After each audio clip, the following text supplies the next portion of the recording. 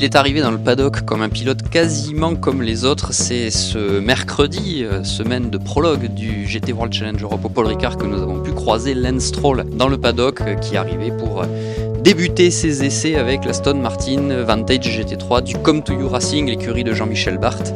Un pilote comme les autres, alors que le Canadien débarque de la Formule 1 pour venir s'essayer au GT3, une première dans une voiture fermée. Et pour cela, nous allons réaliser ce nouveau numéro de Track Limit by Minerva Oil, le podcast d'Endurance Info, avec Jean-Michel Barth qui va nous expliquer un petit peu les coulisses de l'arrivée de Lance Stroll chez Come To You Racing. Track Limit by Minerva Oil, le podcast d'Endurance Info. C'est parti.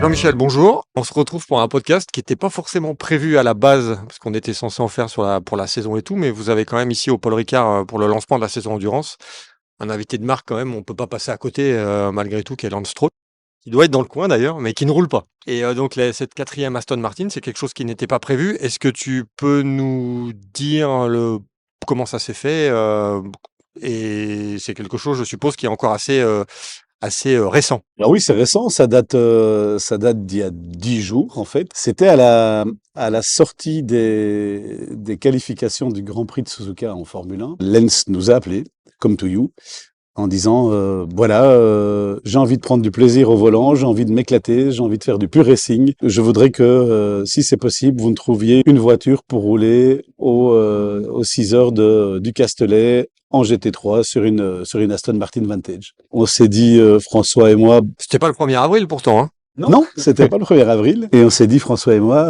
on va se retrouver au bureau. C'était un samedi matin de bonne heure finalement, hein, pour les qualifications du Japon. On s'est dit, on va voir ce qu'on peut faire, comment on peut faire. Et donc on a pris contact avec Stéphane Rattel en disant, écoute Stéphane, voilà, on a une demande un peu particulière. On aurait peut-être, si c'est possible, une 4e voiture à ajouter pour un équipage un peu particulier. Stéphane nous a dit, écoutez, on en parlait, appelez Laurent Gaudin pour voir ce que vous pouvez faire, mais il faut trouver une solution et il faut qu'on puisse ajouter cette voiture sur la grille. Laurent nous a rappelé un peu de temps après. Le problème qu'on avait, c'était que les SRO avaient, c'était uniquement de ne pas dépasser le nombre de voitures maximum qu'on peut avoir sur la piste du Castellet, puisque c'est une réglementation et le circuit est homologué pour un nombre maximum de voitures. Et donc, on a pu trouver une solution pour ça et on a pu donc ajouter cette 4e voiture. En 5 heures, grosso modo, on a pu répondre positivement à la demande. Et c'est lui aussi qui a choisi l'équipage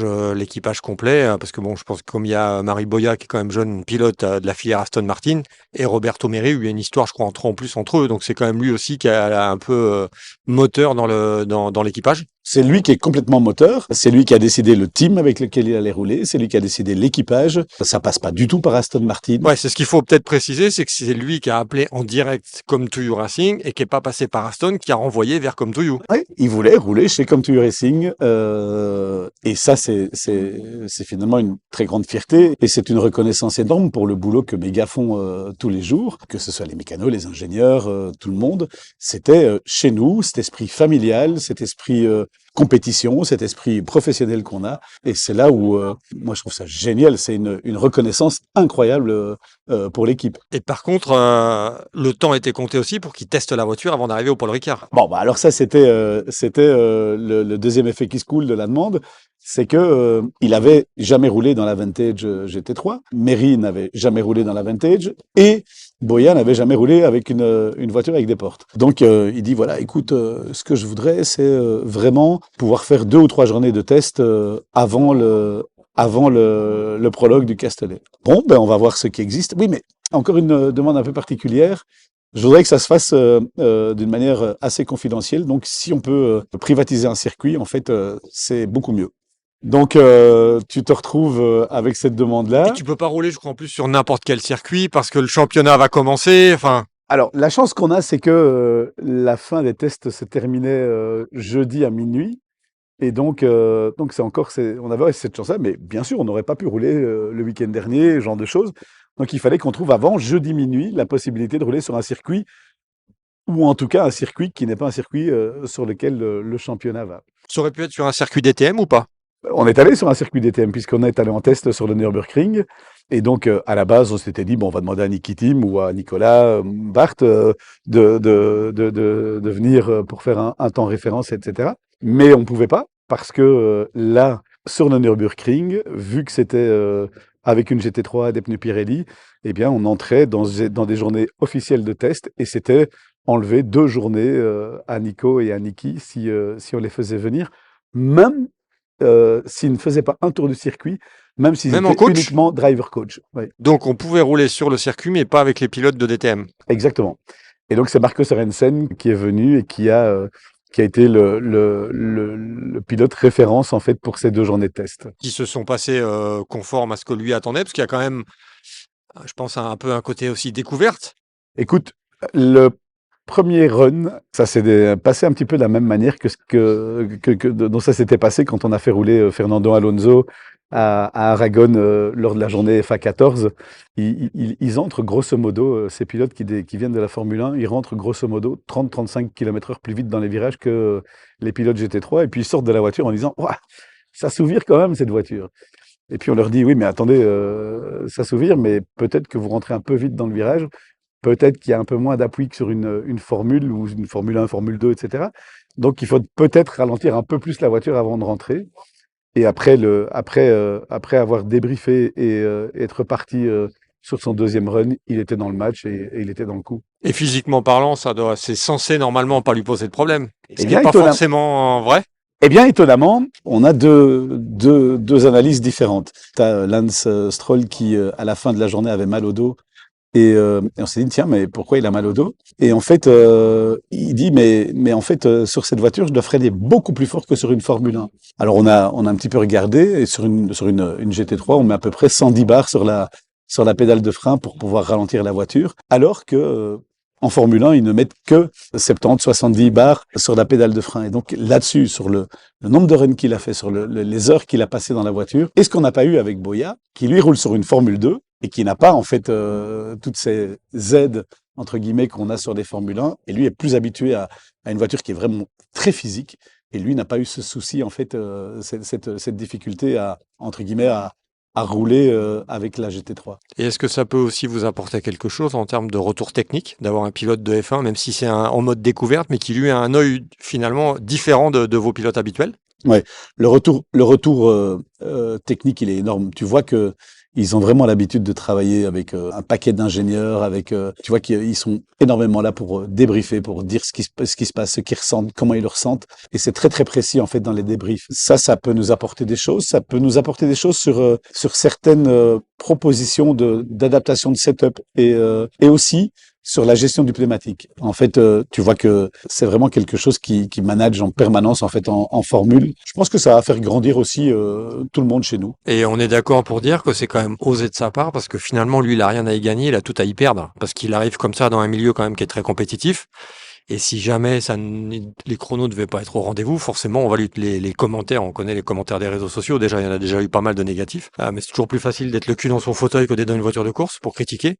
Mais c'est quand même osé de venir comme ça un petit peu à la dernière minute. Alors, est-ce que c'est un peu, je sais pas si on peut parler d'effet Max Verstappen, qui lui aussi vient un petit peu en GT3. Enfin, c'est osé quand même de venir, hein, en pleine saison F1. Tout ça dépend de l'objectif que tu te fixes. Son objectif, c'est de prendre du plaisir au volant de la voiture. Moi, je pense pas qu'il a dit un jour, depuis 10 jours en gros, qu'il allait gagner les 6 heures du Castellet. Donc, il n'est pas là pour ça. Alors, bien sûr que n'importe quel compétiteur, n'importe quel team qui s'inscrit dans une course, Il veut gagner. il vient pour gagner la course et en tout cas pour prester le meilleur qui soit. Mais la première chose pour laquelle il vient, c'est vraiment de revivre la course de l'intérieur, de pouvoir toucher la course, de pouvoir discuter avec les ingénieurs, de pouvoir discuter avec les mécanos, de pouvoir passer du temps dans notre petit catering à la vue de tout le monde et de pouvoir être là entre guillemets en famille. Ça, c'est le premier objectif. Alors, là-dessus, finalement, il se met pas en difficulté parce que là-dessus, il prend du plaisir. Alors après, il y a le côté se mettre en difficulté face à tous ces grands pilotes. Bah oui, c'est clair qu'ils se mettent en difficulté, mais moi, je me rappelle les premiers tours en NLS de Max Verstappen qui est resté derrière Christopher Haas et qui a pas pu le passer. Je trouve que c'est culotté, c'est couillu, mais en même temps, ça donne aussi ce côté fighting. Et donc, je pense que c'est ça qui les éclate, c'est que ils refont finalement la course. Max, il a été hyper agressif hein, sur la Nordschleife. Il a essayé de passer à gauche, à droite, tout. Mais Christopher a à chaque fois tout fermé. Et on se mesure à des tout grands. Alors oui, Lens, il est critiqué. Mais ça, c'est parce que les gens le connaissent pas. Alors moi, je connaissais pas plus que ça et j'apprends à le connaître. Je pense que en plus, Pierre et toi, vous avez eu la chance d'être, je pense, les premiers à le rencontrer sur le circuit du Castellet. Et je vais vous laisser chacun exprimer ce que vous avez vu, parce que c'est pas moi qui vais le raconter, mais c'est un gars qui est hyper humain, qui est hyper abordable, qui est adorable. Et c'est un gars qui, je trouve, quand on commence à le connaître, ne mérite pas la critique qu'il a. Et par contre, on sait que comme Toulouse est quand même une équipe familiale qui est quand même très ouverte. Je veux dire, enfin là, on fait un podcast facilement, on peut échanger toujours facilement. Est-ce que le fait d'avoir quand même un pilote comme Lance Stroll, je sais que toi, tu tiens particulièrement à ce que le team reste ouvert. Est-ce que là, ça change un petit peu la façon de faire? Ouais, uniquement pour les journalistes. D'accord. Et uniquement pour ça, parce que et j'ai été très clair dans mon brief de l'équipe avant qu'on vienne ici au Paul Ricard. J'ai dit, pour moi, les portes doivent rester ouvertes pour les fans.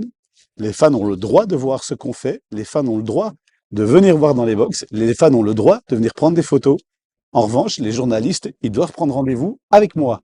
Et c'est moi qui suis, et vous le savez, Oui, c'est moi qui suis la barrière, et j'ai réussi à voir avec Lens de quelle manière on pouvait, entre guillemets, lui foutre la paix là-dessus. Il y a des règles, on le sait, vous n'allez pas apprendre quoi que ce soit sur la Formule 1, sur le pourquoi de trucs de commande de cette année. C'est pas ça dont on veut parler. On veut parler de Lens, de Merry, de Boya, mais aussi de nos 3 autres voitures. Et il veut faire partie de cette équipe de 12 pilotes qui font les 6 heures du Castellet. Et point. Mais oui, il y aura cette disponibilité pour les fans. Oui, il sera sur la grille. Oui, il va aller au briefing. Non, il va pas mettre une moustache et des lunettes. Non, il va pas rouler sous le nom de Callens, qui est le nom de sa maman. Il va pas se cacher. Il est là.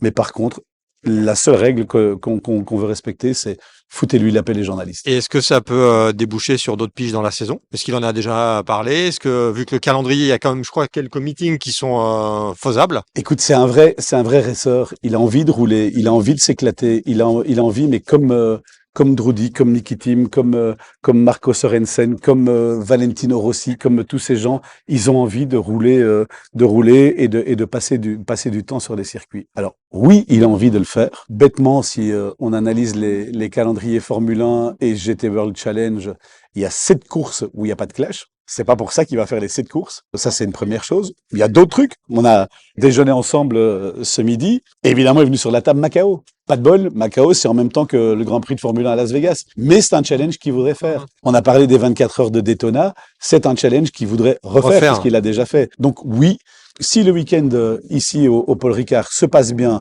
si l'environnement dans lequel il est lui plaît, s'il s'éclate, bien sûr qu'il continuera à faire du GT3 et qu'il continuera à rouler. On a Laurent Gaudin, qui est le manager général du championnat, qui vient nous rejoindre, qui va peut-être pouvoir nous dire un mot sur l'arrivée de Lance Stroll. Ça fait un pilote de renom de plus pour l'ouverture de la saison. Écoutez, c'est un plaisir de recevoir déjà l'équipe comme Toulouse, bien sûr, qui a toujours fait beaucoup pour le championnat, autant sur la piste qu'en dehors de la piste. On le voit d'ailleurs notamment sur les Cross Drive 24 de Spa. Là, c'est un plaisir, c'est une chance. Merci à Jean-Michel pour ça. Bien sûr, nous sommes un championnat accessible, à la philosophie très différente de la Formule 1. Ici, il va se faire plaisir, c'est une évidence. Ici, il y a un compétiteur comme un autre. Il n'y a pas autour de lui tout un essaim de photographes et de fans plus ou moins agréables. Ici, il est dans la passion, dans la course et pas dans la polémique. Donc, on est très content de recevoir. Bienvenue, Lance. Et vu que c'était quelque chose qui est quand même fait à la dernière minute, est-ce que il a fallu notamment changer les plans avec un plateau qui était déjà complet? Plan de boxe, puisqu'il fallait un peu plus de place. Mais les plans non, parce que hélas, nous avons eu à faire face à un abandon, celui d'un concurrent que vous connaissez bien, qui est parti faire la course de qualification du Nürburgring.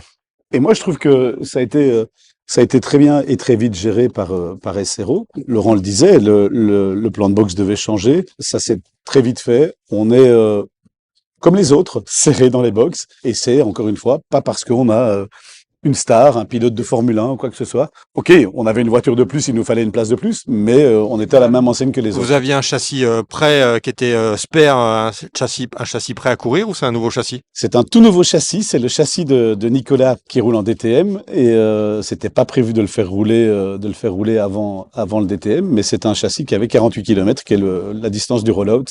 Et mais donc c'est un tout nouveau châssis qui est là. Alors attention, j'entends déjà ouais, mais c'est parce que c'est Lance Stroll que c'est un nouveau châssis. Pas du tout. C'était prévu. On a deux nouveaux châssis, le 007 et la 18.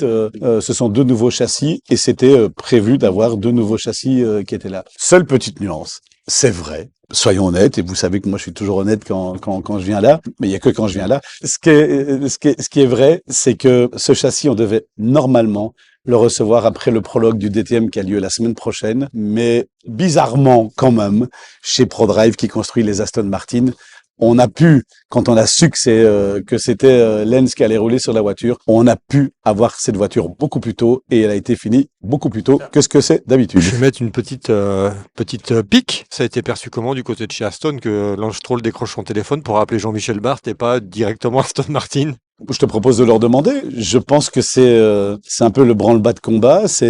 Ils étaient un peu surpris. Le responsable de la com ne savait pas trop bien comment il devait gérer. Je sais par SRO aussi qu'ils ont essayé de voir comment on pouvait ne pas communiquer, etc., etc. Et je pense que tout le monde a été très clair. Tout le monde a joué le jeu. C'était Jean-Michel Barth qui était le contact, qui avait demandé que ça se passe comme ça, comme ça, comme ça. Tout le monde a respecté ce que finalement mon client, qui est mon client, il paye un baquet comme les autres pilotes. Paye comme les autres, comme n'importe quel autre client qui est aligné en GT World Challenge. Et je dis comme n'importe quel client, sauf les voitures des constructeurs. Parce que finalement, moi il faut pas se le cacher, j'ai une voiture qui est la 007 avec Marco Sorensen, Mattia Drudi et Niki Tim.